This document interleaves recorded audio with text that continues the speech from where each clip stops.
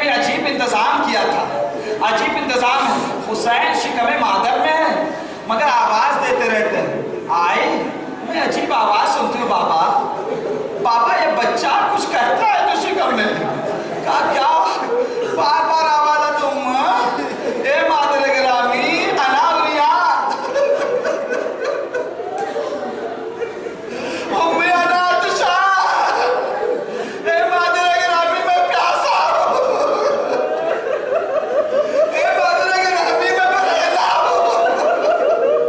آزادارہ یہ آواز اس وقت سمجھ میں آئی جب عصر عاشور تھا اور آخری وقت شبل کا خنجر چل رہا تھا، ایسے عالم میں حسین نے آواز دی اما فاطمہ، ایک قوم چلی ماں آگے بڑھی، آزادارہ جب حسین کا لباس بھی چھین لیا گیا، 3 دن کا پیاسا، شاید وہی آواز آئی، اے میرے پیارے حسین، اے میرے پیاسے حسین، اے میرے بے کفن حسین، یہ کون تیری ماں آئی؟